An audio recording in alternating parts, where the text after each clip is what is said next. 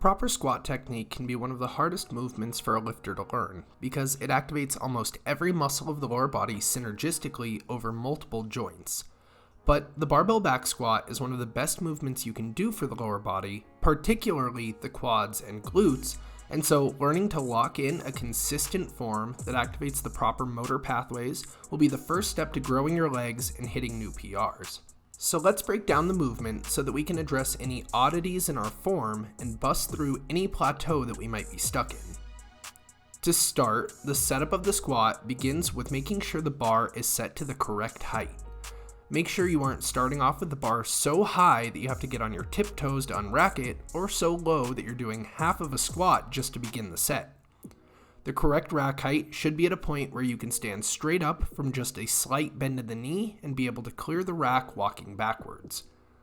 The bar height on the rack also depends on the placement of the bar on the shoulders, because when squatting you can use either the high bar technique or the low bar technique. A high bar squat is when the bar is sitting on the traps just above the rear delts, and a low bar squat is when the bar is sitting directly on top of the rear delts and on the lower part of the traps. The variation that you use is mostly going to come down to what you're more comfortable with,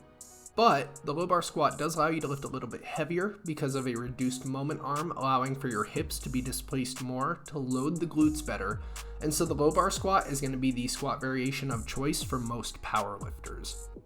Once you have your bar at the correct height, have the proper weight on the bar, and have determined where you want to position the bar on your shoulders, you need to stand up, lifting the bar off the rack, then take 1 to 2 small steps backwards, keeping yourself over the safety bars but giving yourself some distance from the rack itself. And then next up we have the squat descent,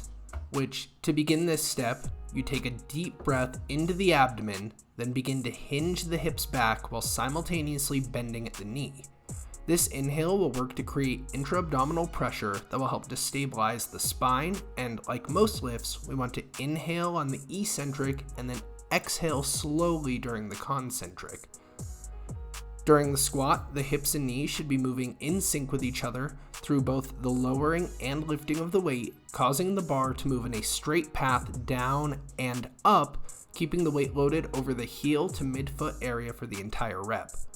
The bar moving in a straight path should be true regardless of if you're using a low bar or high bar technique. But when doing the low bar squat, the positioning of the bar on the shoulders allows for a bit more of a hip hinge to load the glutes better, but the bar should still move straight up and down when performed correctly. When lowering the weight, people will commonly allow their glutes to get a bit lazy, eliminating that hip hinge and creating a movement that looks somewhat like this, which can also cause the heels to lift off the ground while squatting. Less commonly, some have the reverse problem, where they allow their hips to flex without enough movement at the knee, resulting in the bar curving forward and turning it into more of a good morning than a squat. Both of these create biomechanical inefficiencies that make the squat more difficult and more dangerous than they should be. The internal cueing that seems to help the most for me is to think that the hips and shoulders should be moving together. If one is moving and the other isn't, the bar likely isn't moving in a straight line up and down. Your squat should reach a depth where the thigh becomes parallel to the floor, or if you want to be even more strict, where the hip crease gets below the knee. Going past parallel doesn't seem to have any real benefit since quadricep activation doesn't increase much with further depth.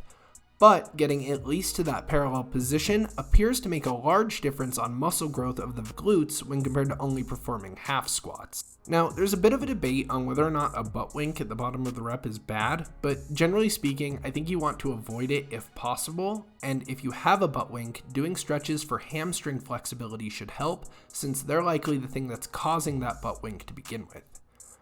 But from there, you can repeat that technique for the proper number of reps, walk the bar straight forward onto the rack, and then set it down. If your form isn't quite ready to do a barbell squat just yet and you need some easier exercises to work your way up, you can begin with bodyweight squats that focus on utilizing the exact same form, even using a PVC pipe to mimic the bar, and then moving up to a weighted toning bar as you get stronger and more comfortable with the movement.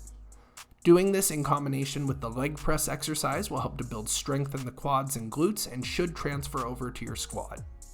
Focusing on good squat form is what's going to keep you from getting injured and keep you progressing with your legs. Now, remember that perfect squat technique's not going to come right away, so you just got to keep trying, try to get a little bit better every time you do it, and I hope this video was helpful for that. But otherwise, that'll do it for today. Hit that subscribe button, give me a like if you liked the video, and I will see you next time.